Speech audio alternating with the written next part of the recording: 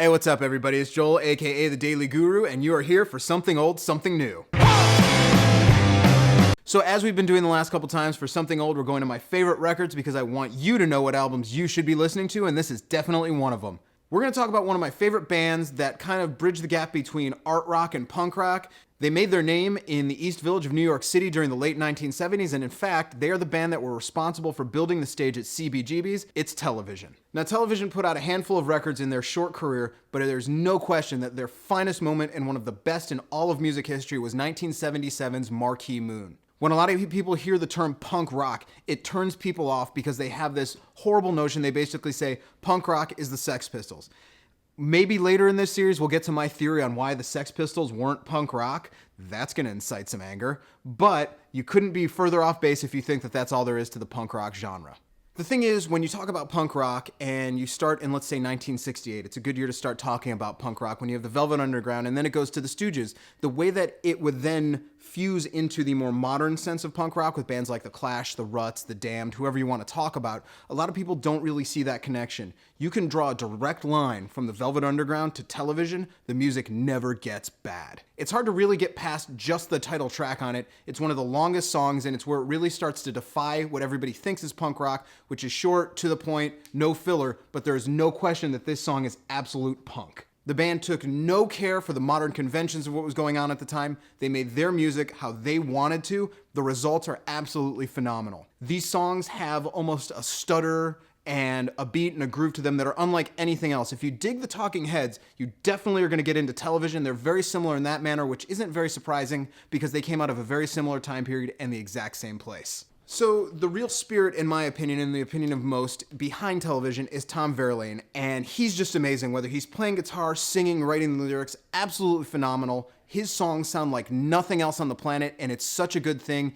Even more than, what are we talking, 30 years later, this album knows no peer. It's fun, it's exciting, it's original, and nobody's ever matched it. Whether you're into hip hop, blues, jazz, classical, you name it, you will dig Television. There's a groove to their music, there's an energy to their music that just grabs you and you can't help from at least tapping your foot or maybe even getting up and dancing. That's how amazing their music is. They may not have been the most commercially successful of all of those punk rock bands that came out of the East Village in the late 70s, but there's no question they were the most original. They're absolutely amazing. So do yourself a favor, go out, pick up Television's Marquee Moon record. Your ears will thank you later.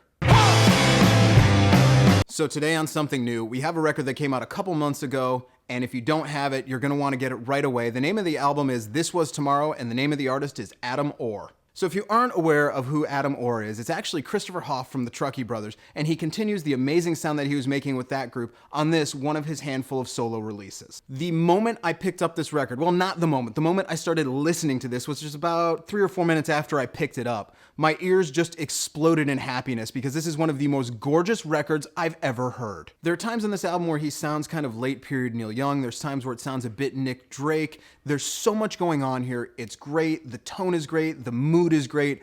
I don't know what else I can say. I absolutely fell in love with this record literally the first time I heard it, which is a very, very rare occasion for me. The way that he constructs these songs with these absolutely gorgeous melodies, it is so great. And then he has this amazing voice that both complements and contrasts the music simultaneously. Whether it's the music, whether it's the lyrics, or maybe his voice, these songs absolutely take you away. Every single one of them completely lifting you to a different place. The imagery is fantastic, and so many of these songs can be interpreted in so many ways. There's really something here for everybody. I think one of the most appealing things about This Was Tomorrow is the fact that it's got this strange sense of mystery in that the songs almost have this duality going on all the time. There's kind of this dark undertone to a lot of them, but at the same time, they're very up and just, you have to hear this record. I can't even get the words, and I mean that seriously. You have to hear it. You have to experience this record firsthand.